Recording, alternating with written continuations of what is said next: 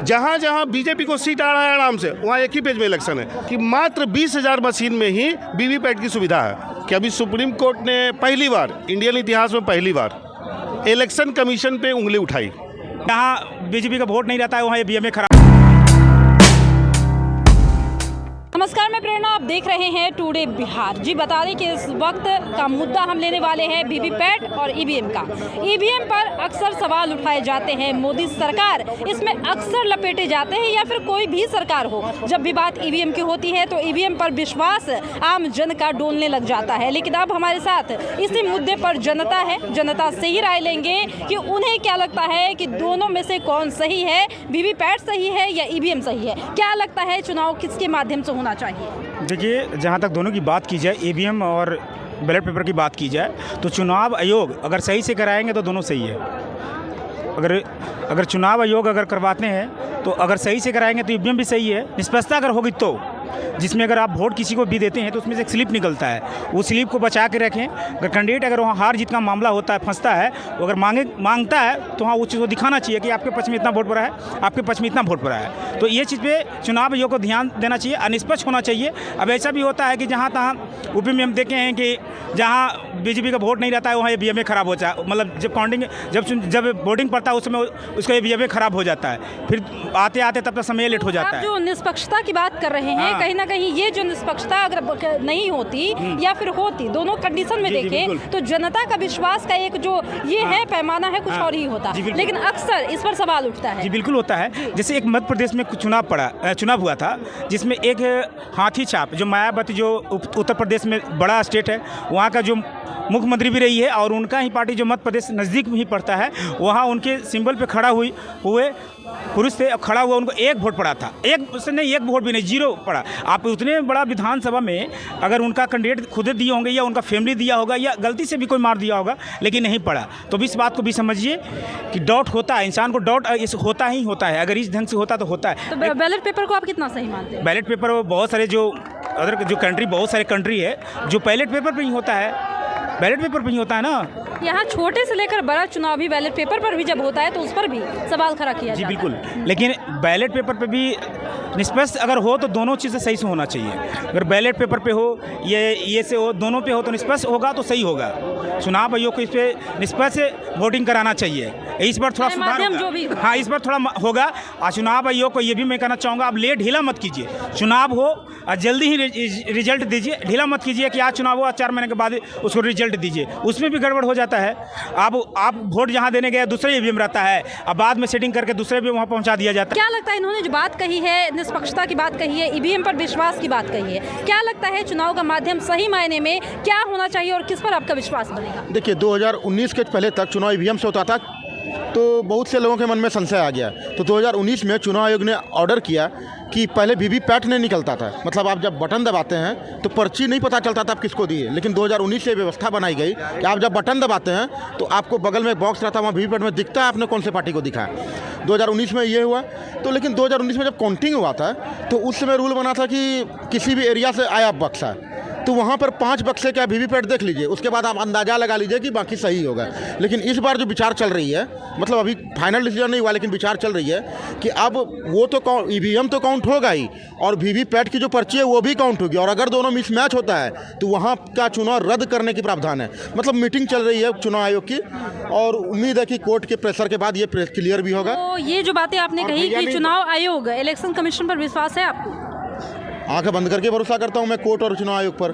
और दूसरी बात, भैया कह रहे थे कि बैलेट पेपर को क्यों रद्द किया गया था, क्योंकि उसमें काउंटिंग में समय लगते थे और कभी कभी ऐसी घटना आती थी, जैसे सपोज कीजिए कहीं उसमें इंग पड़ गया या पानी वानी पड़ गया तो पूरा पेपर बर्बाद हो जाता था बैलेट, और उसमें काउंटिंग में 3 से 4 दिन समय लगते थे। और इसमें क्या है कि आज प्रॉब्लम क्या हो गया ना कि अभी सुप्रीम कोर्ट ने पहली बार, इंडियन इतिहास में पहली बार इलेक्शन कमीशन पे उंगली उठाई।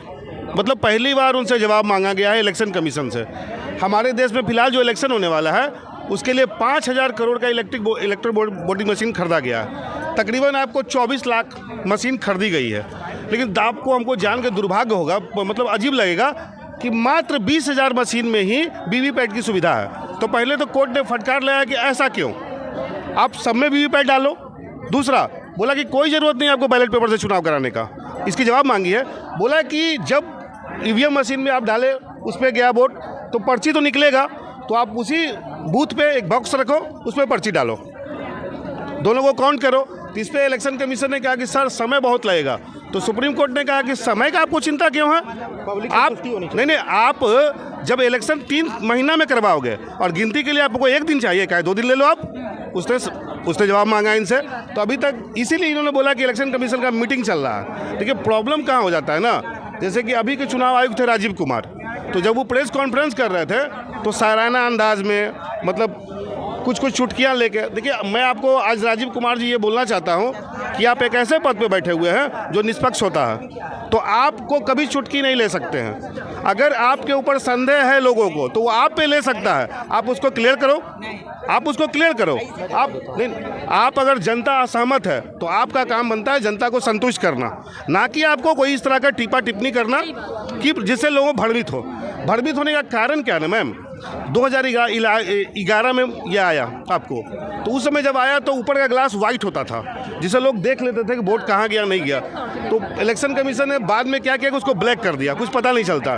तो कहीं ना कहीं पहले ये शंका पैदा करती है। दूसरा, बेंगलोर में जहाँ ये बनती है मशीन, वहाँ पे बीजेपी के लोग पाए जाते हैं, तो वे शंका पैदा करती है मन में। प्लस इलेक्शन कमीशन 3 महीना लेता है इलेक्शन कराने के लिए। 3 महीना जोड़ ले मेरे भाई, हम जोड़ लिए हैं। 19 अप्रैल से 4 जून लगभग 1.5 महीना होता है। घोषणा कब किया उससे जोड़ो ना, आचार संहिता तो लग जाता है ना मेरे भाई। मार्च के आसपास। तो आप सोच के देखो ना। और दूसरा सबसे बड़ा बात, जहाँ बीजेपी की सीट, जैसे गुजरात 25 लोकसभा, तो एक ही पेज में पूरा इलेक्शन है। जहाँ जहाँ बीजेपी को सीट आ रहा है आराम से, वहाँ एक ही पेज में इलेक्शन है। जहाँ कठिनाई हो रही है वहाँ 7 चरण में इलेक्शन है, इसलिए कि बार बार मोदी जी जाएंगे, लोगों को लाभान्वित करेंगे, आकर्षित करेंगे, समझाने का मौका मिलेगा तो वोट बदलेगा। तो ये शंका पैदा करती है हम लोग जनता के अंदर। भैया बोल सकते हैं। नहीं, इन्होंने पहली बात तो ये कहा कि क्या बोल रहे थे आप, वो मतलब 2 दिन में काउंटिंग हो सकती है। ठीक है, हो सकती है। और वो इलेक्शन कमीशन जो साराना अंदाज बोल रहे थे, वो किसी की चुटकी लेने के लिए नहीं बोल रहे थे, वो जनता को मनोबल बढ़ाने के लिए और जनता के दिलों में भरोसा बढ़ाने के लिए। वो बोले प्रेस कॉन्फ्रेंस के दिन, पता नहीं कौन कौन लोग चले आते हैं, एक डब्बा लेके चलाते हैं।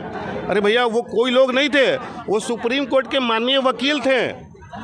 अगर जो सुप्रीम कोर्ट का वकील है मैम, वो पढ़ा लिखा तो जरूर होगा। देखिए ये एक बड़ा सवाल आपने उठाया है कि आप किस पर टीका टिप्पणी कर रहे हैं। ये सही बात है कि इसका ज्ञान होना ज़रूरी होता है, बस वही बात है। हाँ। तो आपने टीका टिप्पणी तो कर दिया, तो उन्होंने ही केस फाइल किया है और सुप्रीम कोर्ट ने जवाब मांगा है। तो जो ये कह रहे हैं साराना अंदाज वाली बात, आप उस पर क्या कह रहे हैं? देखिए, साराना अंदाज इसलिए दिया गया था कि पब्लिक के मन में संशय नहीं रहे और पब्लिक का कॉन्फिडेंस डाउन ना हो, किसी भी मतलब कि किसी भी कैंडिडेट का कॉन्फिडेंस डाउन नहीं हो। तो उन्होंने इस नियत से नहीं बोला था कि किसी का दिल दुख जाए, इस नियत से उन्होंने नहीं समझे नहीं बात मेरे। हाँ, वो समझ रहे हैं। जिस पद पे बैठे हुए आपको ऐसा हाँ, नहीं ये बात है कि अभी जैसे कि राघव चड्ढा जी का एक डिबेट आपको याद होगा, वो राज्यसभा में बोल रहे थे जब जया बच्चन जी मतलब कार्यपालक सदस्य थे, कह रहे थे कि पहले के ज़माने में सरकार का कंट्रोल नहीं होता था चुनाव आयुक्त की बहाली पर, लेकिन अब के ज़माने में कम से कम 2 चुनाव आयुक्त की बहाली पर सरकार का कंट्रोल होगा। तो ये हमारे लोकतंत्र के लिए खतरा हो सकता है। अभी चलिए मोदी जी उन पर हम भरोसा कर सकते हैं कि मोदी जी कब तक रहेंगे, 2029 तक। उसके बाद जो प्रधानमंत्री आएंगे वो इसका मिसयूज नहीं करेंगे। आयुक्त की वोटिंग मतलब कितना बढ़िया था, एक चीफ जस्टिस विपक्ष का नेता, एक प्रधानमंत्री, 2 वोट जिसको गया। अब लोकसभा में बिल ला के आपने इसको बदल दिया और चीफ जस्टिस को ही हटा दिया, तो कहीं ना कहीं जनता के मन में शंका तो पैदा होगी कि भाई बताओ किस आदमी को हटा दिया आपने और डाला किसको। जबकि अगर देखा जाए जिस मुद्दे पे आप बात कर रहे हैं, देश के लिए एक बहुत बड़ा मुद्दा है ये चुनाव इंडिपेंडेंट। देखिए हम जनता होने के नाते, कल किसकी सरकार आएगी, कल किसकी नहीं आएगी, मुझे कोई खाने के लिए नहीं देगा। मैं जितना मेहनत करूंगा उतना उन्नति करूंगा, लेकिन कहीं ना कहीं जो इलेक्शन निष्पक्ष होना चाहिए वो नहीं दिख रहा। अच्छा, क्या लगता है ये जो बात बोल रहे हैं इससे सहमत है? निष्पक्षता की बात इन्होंने कही है, ईवीएम पर आपका भरोसा है? हाँ, बिल्कुल भरोसा है उसमें, कोई हाँ बिल्कुल बिल्कुल। पब्लिक के मन में वही क्यों संशय होती है जहाँ भाजपा जीतती है। अभी चंद दिनों पहले तेलंगाना भी जीती है कांग्रेस, उसके पहले कर्नाटक जीती है, उसके पहले हिमाचल जीती है, पंजाब में भाजपा हार गई। मैम अभी आप अपना वीडियो पॉज करके देख लो, मैंने कभी बीजेपी का नाम नहीं लिया, ना मैंने कांग्रेस का नाम लिया, ना आरजेडी का, ना जदयू का। आपने मुद्दे की बात कही है, मुद्दा उठाया और सुप्रीम कोर्ट ने जो जवाब मांगा मैंने वही बात रखा है भैया। तो मैं पब्लिक होने के नाते नहीं बोला आपको, नहीं। उन्होंने साफ कह दिया ना कि आप डाल दो ना पर्ची। अच्छा मतलब 24 लाख मशीन में 20,000 में ही क्यों? नहीं, इसके लिए मीटिंग चल रही है। अब वीवीपैट के जो पर्ची होगी और ईवीएम दोनों काउंट होगी, क्योंकि देखिए ये एक विवाद का विषय हमेशा से रहा है, जब भी चुनाव का माहौल होता है और जब भी काउंटिंग की बारी आती है, आपस में एक पार्टी दूसरे पार्टी पर आरोप प्रत्यारोप लगाती है, विश्वास का बात जो है वहाँ पर होता है और आम जन जो है इसमें वो भी अपने जो अंदर निष्पक्षता की बात आप कर रहे हैं उनका विश्वास टूट जाता है। तो इसमें नहीं, पब्लिक के दिमाग में निष्पक्षता तो आनी चाहिए। उसके देखिए पब्लिक, देखिए 142 ये प्रजातंत्र है तो 142 करोड़ पब्लिक यहाँ की भगवान है, तो उनके दिमाग में संतुष्टि बने रहे, इसीलिए तो ये कदम उठाया जा रहा है। मीटिंग चल रही है, 1-2 दिन में फैसला भी आएगा कि वीवीपैट और ईवीएम दोनों की काउंटिंग हो, ताकि पब्लिक के दिमाग में कोई संशय ना हो, क्योंकि पब्लिक ही भगवान है प्रजातंत्र में। अगर पब्लिक ही खुश नहीं हो तो आप क्यों नेता हैं? और आज देखिए, पहले क्या होता था, सरकार का कंट्रोल नहीं होता था चुनाव आयोग की बाली में, लेकिन उस बिल के बाद कम से कम 2 चुनाव की बाली में सरकार का चलिए आज मोदी जी हम उन पर भरोसा करें, लेकिन मोदी जी सब दिन तो नहीं रहेंगे। अगले प्रधानमंत्री का क्या नियत होगा? अभी जय शाह जी अपने बेटा को बना दिए BCCI secretary, sorry Amit Shah ji, कल अमित शाह जी अपने सुपुत्र को वो भी तो बना सकते हैं। आपको लगता आप अपने पिताजी के खिलाफ गलत काम कीजिएगा तो वो भी अपने पिताजी के खिलाफ गलत काम नहीं करेंगे। तो मोदी जी पर भरोसा है, लेकिन उनके बाद क्या होगा? देखिए फिर आप सरकार के कंट्रोल, फिर देखिए पहले आ जाइए, जब नोटबंदी की है मोदी जी तो भी आरबीआई गवर्नर, बहुत लोगों ने समझाया कि सर ऐसा मत कीजिए, ये देश अंधकार में चला जाएगा। आज क्या मैं दावा करता हूँ कि अभी कौन होंगे आरबीआई गवर्नर, किन्हीं को नाम नहीं पता होगा। तो मैं एक बात पूछना चाहूंगी, आप पढ़े लिखे व्यक्ति है तो आप ये सवाल कर रहे हैं, लेकिन अगर इतनी जनता यहाँ पर खड़ी है, इसमें कितने लोगों को इस बात की जानकारी है? सबसे हाँ ये नहीं बात नहीं, सबसे बड़ी बात आज क्या हुआ, इस देश का सबसे गंभीर मुद्दा इलेक्टोरल बॉन्ड, देख मतलब चंदा दो धंधा लो, ठीक है। आज आप बताओ स्ट्रीम मीडिया कहाँ दिखा रहा है इसको? वो केजरीवाल, संजय सिंह, चुनाव, ये वो विपक्ष। तो भैया देखिए भैया, एक बात मैं बता दूं, मैं जो भी बैठे हुए पद पे लोग हैं, मैं उनसे हाथ जोड़ के निवेदन करता हूं कि सबसे पहले आप इंडियन हैं और आप भी जनता हैं, तो आप कुछ ऐसा करें कि आने वाला पीढ़ी आपका नाम ले, कोसे नहीं आपको।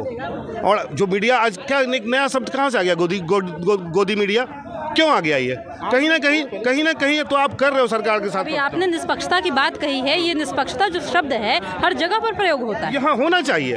इसलिए मैंने क्या बोला, जो भी पदों पे बैठे हुए लोग हैं, ये मत भूले कि आप पहले इंडियन हैं, उसके बाद आप जनता हैं। तो मेरी हाथ जोड़ के विनती है कि आप सच जरूर दिखाएं। अच्छा ये बताइए कि लोगों को ईवीएम और वीवीपैट के बारे में जानकारी तो जरूर देना चाहिए, क्योंकि बहुत ऐसे लोग हैं जो अवगत नहीं है इन बातों। सुप्रीम कोर्ट का ये बताया भी नहीं गया किसी चैनल पे। नहीं, तो पब्लिक को न्यूज के माध्यम से या अखबार के माध्यम से या सोशल मीडिया के माध्यम से इसकी जानकारी तो देनी ही चाहिए। आखिर पब्लिक को जानकारी कैसे होगी? नहीं चाहिए, हर बात होती है, लेकिन दिया नहीं जाता। अभी करीब 15-20 दिन पहले इलेक्ट्रॉन बोर्ड का फैसला आया सुप्रीम कोर्ट का, मैं गारंटी के साथ कहता हूँ 8 आने लोगों को नहीं पता होगा इलेक्ट्रॉन बोर्ड के बारे में। मीडिया ने नहीं दिखाया। मैं वो आपको स्टैम्प पेपर पर लिख के देता हूँ। मैं रोज 1 घंटा इस न्यूज़ को देखता हूँ, मैं उसके तह तक जाता हूँ, तभी आपके सामने कुछ कह पाता हूँ। पहली बात तो ये है कि लोग शब्द भी नहीं सुने थे, आखिरकार जब चंदा कहा गया तब उन्होंने चंदा मतलब समझा कि अच्छा फंडिंग की बात है। दूसरा सबसे बड़ी बात, नरेंद्र मोदी जी अभी कुछ दिन पहले उसको भजा रहे थे कि मेरी उपलब्धि है। ये कैसी उपलब्धि है मोदी जी आपकी? ये कैसी उपलब्धि है? अब उसको छोड़ दीजिए, पीएम केयर फंड में कितना 7,000 करोड़ रुपया उनके पास आया। आप से पूछा गया कि भाई किसने दिया और अपने इस पैसा का क्या किया, तो बोलते नहीं ये आईटीआर के दायरे में नहीं आता है। मैं पब्लिकली जवाब नहीं दे। ये सही है क्या मैम? हालांकि इस पर विवाद भी बहुत ज्यादा हुआ। ये सही है क्या? तो मोदी जी आप जब देश हित की बात करते हो तो ऐसा नियम लाते क्यों हो जिससे जनता गुमराह हो, आप पे उंगली उठे? क्यों लाते हो ऐसा? गलत चीज़ है नहीं है? आप इस देश के प्रधानमंत्री है, आपको तो अगर मांगे तो तुरंत निकाल के रख दो, ये रहा लो, तब हम लोग जनता गर्व करेंगे आप पे। जनता को सूचना का अधिकार तो होना ही चाहिए, क्योंकि मोदी जी आप एक प्रधानमंत्री, हम जनता हैं, ये प्रजातंत्र है, हम आपके सुप्रीम हैं, तो उनको देखिए। और दूसरी बात पीएम केयर की बात की, पीएम केयर में तो हर लोग डोनेशन देते हैं, अब कितना का हिसाब? बात इन्होंने अभी भी पीएम केयर की नहीं की है, इन्होंने बात कही है निष्पक्षता की। जी नहीं, इन्होंने कहा कि जो भी होना चाहिए सामने होना चाहिए, प्रस्तुत होना चाहिए। निष्पक्ष तो है ही ना। अभी जैसे कि हरियाणा में हो सके पीएम केयर फंड में किसी उग्रवादी ने पैसा दिया हो सके तो इसके लिए इनकम टैक्स है, इस सब को इंक्वायरी करना चाहिए ना। भैया एक बात बताओ, कौन प्रधानमंत्री का इनकम टैक्स जाएगा ये बताओ मेरे पास? ठीक है, खैर ये तो इलेक्टोरल बॉन्ड का मुद्दा है। हालांकि हम लोगों से जुड़े थे वीवीपैट और ईवीएम के मुद्दे पे।